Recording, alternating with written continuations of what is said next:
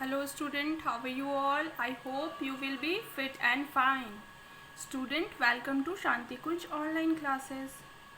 हमने पिछली वीडियो में क्या किया था?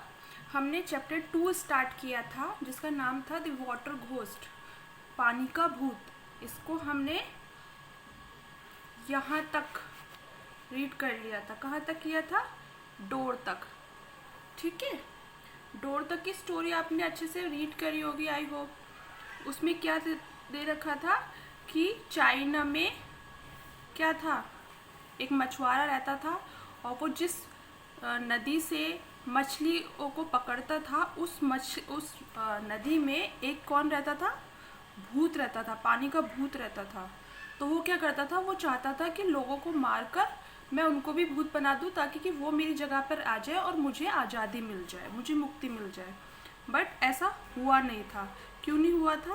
क्योंकि उसने क्या किया था, मछुआरे को धक्का दे दिया था बहुत ठंडे पानी में। मछुआरा बेहोश हो गया था लेकिन वो मरा नहीं था। ठीक है, तो इसलिए उसकी जो ये अपील थी वो एक्सेप्ट नहीं हुई थी। अब हम इसी पैराग्राफ से डोर के बाद स्टार्ट करेंगे मीनवाइल से आज। ठीक है, इसमें दे रखा है meanwhile Yen Lo Wang looked into the book of the living and the dying.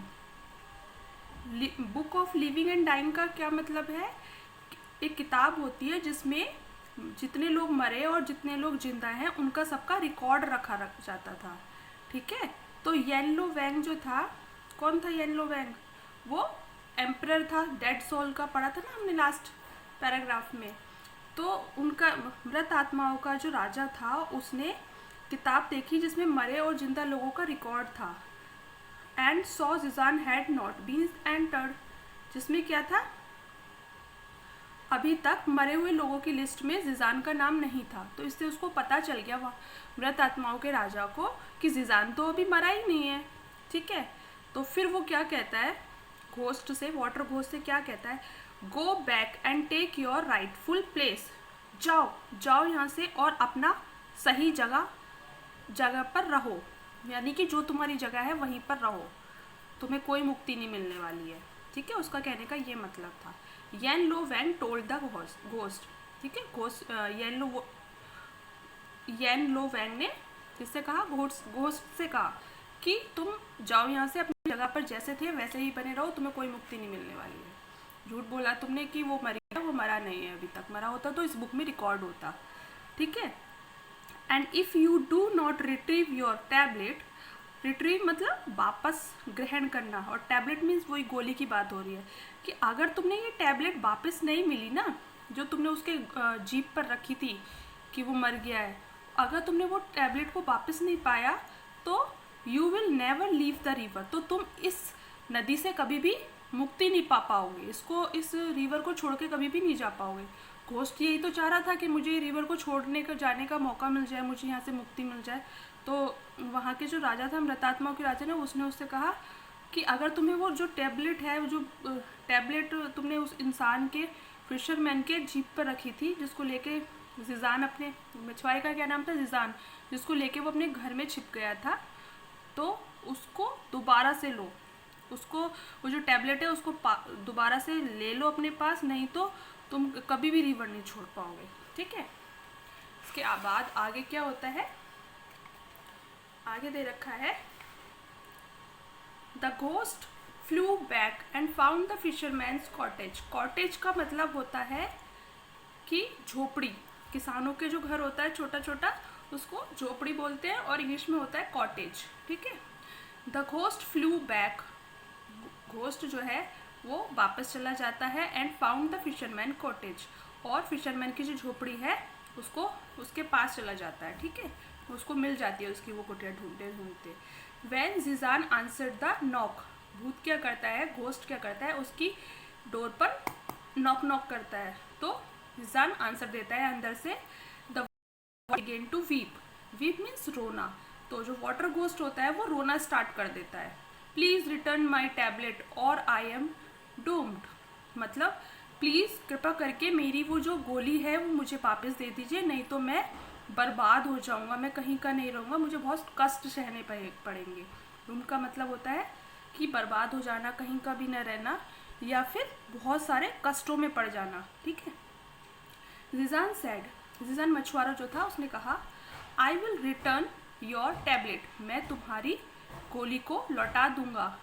If you make sure, अगर तुम उससे वादा करो, माई नेट्स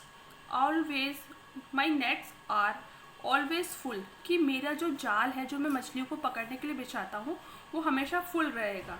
ठीक है, तुम कैसे भी करके मेरे उस जाल में मछलियाँ भर के ला के दिया करोगे। नेचुरली द घोस्ट एग्रीड, बिल्कुल नेचुरल सी बात है कि घोस्ट को तो एग्री होना ही था, क्योंकि उसे अपनी टैबलेट चाहिए थी वापस। तो घोस्ट क्या होता है, राज़ी हो जाता है उसकी इस बात से। आफ्टर अ वाइल, कुछ और थोड़े दिनों बाद ही, the water ghost began to appear to talk to Jijan. वो जो था वाटर घोस्ट था, वो जिजान से बातें करना स्टार्ट करने के लिए दिखने शुरू हो जाता है। मतलब अपीयर, अभी तक तो भूत दिखाई नहीं देते ना, लेकिन वो उसमें दिखना शुरू हो गया था। Before long they became friends, और अब क्या था, वो जिजान का बहुत अच्छा फ्रेंड बन गया था। ठीक है, before long they became friend.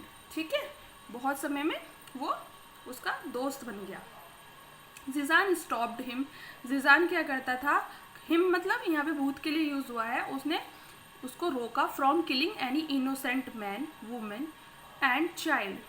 वो जो भूत जो था वो क्या करता था, जो भोले भाले आदमी, औरत और बच्चे होते थे उनको मार देता था। लेकिन जिजान ने उसको सलाह दी भूत को कि प्लीज़ इन सबको मत मारो, इनको मारना नहीं चाहिए। तो the water ghost agreed each time, और वो जो भूत था वो जिजान की बात को मान लेता था, और उसने उन सबको इनोसेंट आदमी और इन सबको मारना छोड़ दिया था। ठीक है, आज हम यहीं तक रीड करेंगे।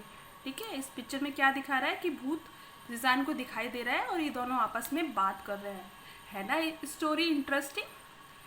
ठीक है, सेंटेंस बाय सेंटेंस आप इसका मीनिंग समझते हुए पढ़ोगे तो आपको बहुत इंटरेस्टिंग लगेगा, और आप धीरे धीरे इंग्लिश को पढ़ना सीख जाएंगे। ऐसे ही तो करना है हमें।